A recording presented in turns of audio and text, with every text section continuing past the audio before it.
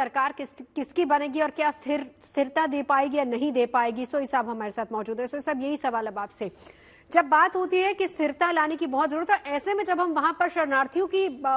संख्या भी देखें और ऐसे में ये भी देखें कि कितने लोग वहां पर अपनी जान गंवा चुके हैं, तो क्या हम उस इलाके में स्थिरता देख पाएंगे? क्या कोई स्थिर सरकार दे पाएगा? भले एचडीए की अगर बात हो रही है तो भी नहीं। बिल्कुल, देखिए ऐसा है कि इस समय में जैसा कि बाकी स्पीकर्स ने कहा है, मैं उस चीज से सहमत हूँ, क्योंकि जैसे कई सारे ग्रुप हैं, लेकिन अमेरिका यहाँ पर एक गेम खेलने की कोशिश कर रहा है कि वो आईएसआईएस के ऊपर बम्बार्डमेंट कर रहा है ताकि उनको न्यूट्रलाइज कर दे, और एक एसटीएस को, हालांकि उनको एक टेररिस्ट ऑर्गेनाइजेशन डिक्लेयर किया गया है, लेकिन वो फिर भी कोशिश कर रहे हैं कि उनको इनडायरेक्टली सपोर्ट देके एक शांति से वो कोई एक पार्टी उभर के आए ताकि वो जिसके साथ बाद में वो लोग भी डीलिंग कर सकें। फिर तो रविंद्र जी वाली बात ठीक ही हो गई है, दोनों गुटों को सपोर्ट करते हुए कि जीता कौन, जो ट्विटर अभी एलन मस्क ने किया है, ट्वीट किया है। लेकिन कारण एक और एंगल निकल के आ रहा है, वो है कि कर्डिश रेबल, उधर से टर्की का जो एंगल है वो कर्डिश के खिलाफ है, लेकिन कर्डिश रेबल्स को अमेरिका सपोर्ट करता है, तो वहां पे कहीं ना कहीं इनके बीच में भी तनातनी हो सकती है। तो और उधर से इजराइल फायदा उठा रहा है। अभी इजराइल ने बफर गोलन हाइट्स के आगे बढ़ के बफर जोन पर कब्जा कर लिया कि ये मौका कि मेरे खतरे को देखते हुए जो 1974 से जो बफर जोन बनी हुई थी, जो एग्रीमेंट था, उसको किनारे में रखे कि ये नई जो पार्टी आ रही इनसे खतरा ना हो, उनको वहां पर उन्होंने आगे बढ़ के कब्जा कर लिया। उन्होंने ऑपरेशन लॉन्च कर दिया, भारी बम्बार्डमेंट इजराइल कर रहा है कि जो उनके केमिकल वेपन्स है, जो उनके लॉन्ग रेंज रॉकेट्स है, वो इनके हाथ में ना पड़ जाए ताकि इजराइल को खतरा ना हो।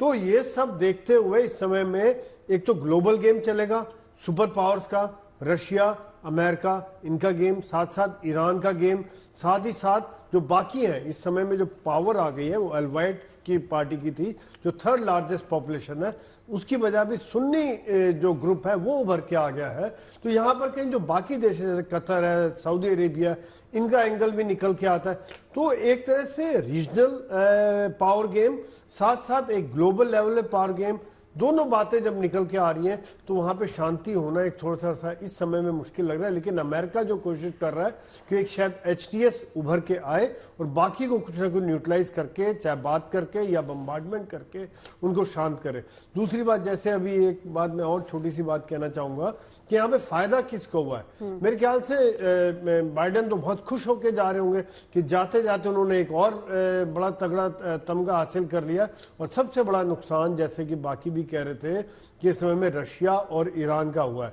रशिया की साख पर चोट पहुंची, उन्होंने काफी कोशिश की, 2011 से कई बार कू हो रहे थे असद के खिलाफ, कई बार उनके खिलाफ अस्थिरता आई, लेकिन रशिया और ईरान की बड़ी भारी सपोर्ट थी जो भी कम हो गई थी, क्योंकि रशिया यूक्रेन युद्ध में फंस गया और ईरान इजराइल के साथ फंस गया कि हिजबुल्लाह के साथ हो गया। तो यहाँ दोनों की, रशिया को तो विड्रॉ करने पड़े, यहाँ तक ट्रुप्स और एयर डिफेंस बैटरीज उन्होंने विड्रॉ करनी पड़ी, जिसके कारण उनकी सेना में कमी हो गई, सपोर्ट कम हो गई, नए हथियार कम हो गए। साथ साथ इजराइल का भी, ईरान का भी यही हुआ। और यहाँ पर एक और जो ईरान का बहुत बड़ा नुकसान हो रहा है वो है हिजबुल्लाह को जो सपोर्ट के रास्ते थे वो बंद हो रहे हैं यहाँ पर, क्योंकि जो हमा था और जो बाकी 2-3 इलाके जो अभी कब्जा कर रहा है, इजराइल भी बफर जोन को कब्जे कर रहा है, जिसके द्वारा, जो सीरिया के द्वारा हिजबुल्लाह को हथियारों की सप्लाई और असद की सप्लाई जाती थी वो बंद हो जाएगी, जिसके कारण हमास को इजराइल खत्म कर चुका है, हिजबुल्लाह कमजोर और हो जाएगा, जो पहले काफी हद तक कमजोर हो चुका है, लेकिन लड़ाई अभी भी जारी है। और अब इन सब का टारगेट मेरे हिसाब से अब ईरान रहेगा, क्योंकि इसके जितने भी प्रॉक्सीज को धीरे धीरे इन्होंने खत्म कर दिया। और फिर जैसे कि कहते हैं भाई हेड ऑफ ऑक्टोपस के ऊपर ये लोग अब सोचेंगे। अमेरिका की, ट्रंप की भी यही पॉलिसी जो अगले 20 जनवरी को आने वाले, और इसराइल का भी यही रहा है कि ईरान को किस प्रकार से कमजोर करे ताकि आगे इस तरह से ना हो पाए। ठीक है, इसके बाद 2 सवाल, क्या कहें कि ताकत, इससे फायदा इजराइल को हुआ है, पहली बात, नुकसान हुआ है ईरान रशिया को, दूसरी बात, और तीसरा बड़ा सवाल यहां से ये भी उठता है कि क्या ईरान को एक तरीके से घेरने की कोशिश होगी सीरिया को पूरी तरह से अनस्टेबल करके? मुझे पूछना? जी सर। देखिए, ऐसा है कि जैसा कि जनरल सोई ने साफ कहा कि एक तरह से सीरिया को न्यूट्रलाइज करने की कोशिश हो रही अमेरिका, उसके समर्थक देशों और समर्थक ग्रुपों द्वारा, और अगर बाकी सारे को न्यूट्रलाइज करके, बाकी सारे ग्रुपों को, क्योंकि देखिए इजराइल भी बॉम्बिंग कर रहा है, अमेरिका ने भी बॉम्बिंग की है, ये सब करने के बाद अगर एक कोई ऐसा ग्रुप उधर उभर के आता है कि जिस पर अमेरिका विश्वास कर सके, जिसको बना सके, तो वो कर देगा। तो इससे फायदा क्या होगा कि इजराइल ने एक तरह से गाजा में अपना उद्देश्य हासिल कर लिया है। हिजबुल्लाह इतना कमजोर हो गया है कि हिजबुल्लाह के लेबनान के ठिकाने और हिजबुल्लाह के सीरिया के ठिकाने दोनों करीब करीब तबाह हो गए हैं। उसकी वजह से ईरान से हो रही सप्लाई जो है वो बंद हो गई। तो अब इधर मिडिल ईस्ट में अपने आसपास की जगहों पर प्रभुत्व कायम करने के बाद अब इजराइल का अगला कदम होगा ईरान के लिए। अभी तक भले ही अमेरिका इजराइल को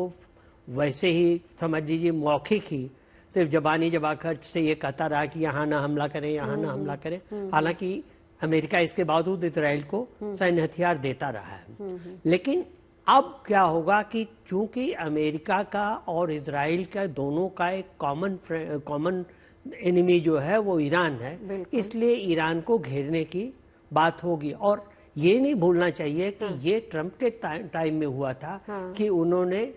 ईरान के साथ जो न्यूक्लियर समझौता हुआ था ज्वाइंट इंस्पेक्शन का, वो खत्म किया था। तो ट्रंप तो ईरान के बहुत ही खिलाफ हैं और एक महीने के बाद आप यही देखेंगे कि ईरान के खिलाफ और भी स्टर्न एक्शन लिए जाएंगे ट्रंप एडमिनिस्ट्रेशन। बिल्कुल। प्रोफेसर आसिफ रमीज, अब आपके पास आते हुए, क्योंकि सबकी बात आपने सुनी, आपने कहा था कि वहां स्थिरता बहुत जरूरी है, एक सरकार ऐसी बननी चाहिए जो एटलीस्ट वहां पर स्टेबिलिटी लेकर आए। लेकिन अगर हम जुलानी की बात करते हैं, जैसे हमारे तमाम पैनलिस्ट भी कह रहे हैं, तो क्या पहली बात वो स्टेबिलिटी ला पाएंगे या फिर वो भी मोहरा होंगे किसी और का? और क्या हम ये कहें, जब मैं शुरू में भी कह रही थी कि पिक्चर अभी बाकी है, क्या टारगेट पूरी तरह से केवल ईरान ही है?